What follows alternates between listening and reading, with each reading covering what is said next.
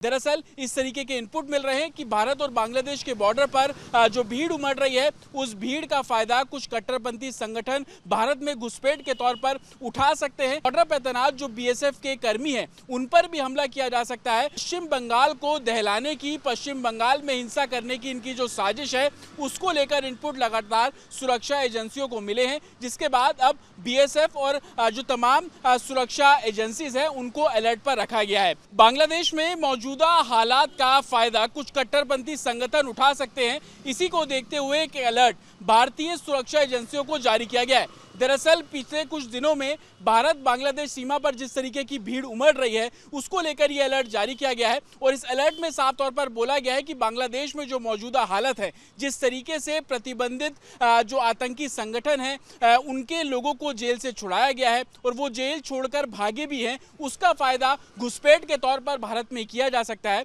और इसी अलर्ट को देखते हुए बॉर्डर पर तैनात बीएसएफ को भी अलर्ट भेजा गया है। दरअसल इस तरीके के इनपुट मिल रहे हैं कि भारत और बांग्लादेश के बॉर्डर पर जो भीड़ उमड़ रही है, उस भीड़ का फायदा कुछ कट्टरपंथी संगठन भारत में घुसपैठ के तौर पर उठा सकते हैं। साथ ही बॉर्डर पर तैनात जो बीएसएफ के कर्मी हैं, उन पर भी हमला किया जा सकता है और घुसपैठ के बाद पश्चिम बंगाल को दहलाने की, पश्चिम बंगाल में हिंसा करने की इनकी जो साजिश है, उसको लेकर इनपुट लगातार सुरक्षा एजेंसियों को मिले हैं, जिसके बाद अब बीएसएफ और जो तमाम सुरक्षा एजेंसीज हैं, उनको अलर्ट पर रखा गया है। साथ ही एक टीम का गठन किया गया है, जो कि दोनों ही बॉर्डर पर तैनात, चाहे वो बांग्लादेश की आर्मी जो बॉर्डर पर तैनात है, उनके ऑफिसर और इंडियन बॉर्डर पर तैनात जो बीएसएफ के जवान हैं, वो दोनों ही देशों की आर्मी से कोऑर्डिनेट कर रहे हैं। बॉर्डर पर किसी भी तरीके की हिंसा ना हो, जो लॉ एंड ऑर्डर सिचुएशन है वो बनी रहे, उसको लेकर तमाम जो पुख्ता इंतजाम करने की बात की गई है। आपको बता दें कि लगातार गृह मंत्रालय इस सिचुएशन को मॉनिटर कर रहा है। जो कमेटी बनाई गई है वो भी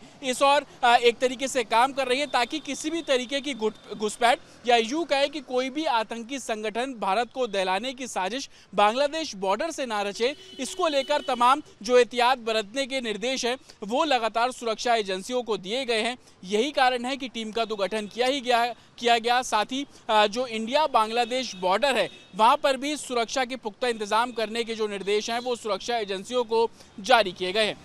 जतिन शर्मा, रिपब्लिक भारत, दिल्ली। दरअसल इस तरीके के इनपुट मिल रहे हैं कि भारत और बांग्लादेश के बॉर्डर पर जो भीड़ उमड़ रही है, उस भीड़ का फायदा कुछ कट्टरपंथी संगठन भारत में घुसपैठ के तौर पर उठा सकते हैं। बॉर्डर पर तैनात जो बीएसएफ के कर्मी हैं, उन पर भी हमला किया जा सकता है। पश्चिम बंगाल को दहलाने की, पश्चिम बंगाल में हिंसा करने की इनकी जो साजिश है, उसको लेकर इनपुट लगातार सुरक्षा एजेंसियों को मिले हैं, जिसके बाद अब बीएसएफ और जो तमाम सुरक्षा एजेंसीज हैं, उनको अलर्ट पर रखा गया है। बांग्लादेश में मौजूदा हालात का फायदा कुछ कट्टरपंथी संगठन उठा सकते हैं। इसी को देखते हुए एक अलर्ट भारतीय सुरक्षा एजेंसियों को जारी किया गया है। दरअसल पिछले कुछ दिनों में भारत बांग्लादेश सीमा पर जिस तरीके की भीड़ उमड़ रही है, उसको लेकर यह अलर्ट जारी किया गया है और इस अलर्ट में साफ तौर पर बोला गया है कि बांग्लादेश में जो मौजूदा हालत है, जिस तरीके से प्रतिबंधित जो आतंकी संगठन है, उनके लोगों को जेल से छुड़ाया गया है और वो जेल छोड़कर भागे भी हैं, उसका फायदा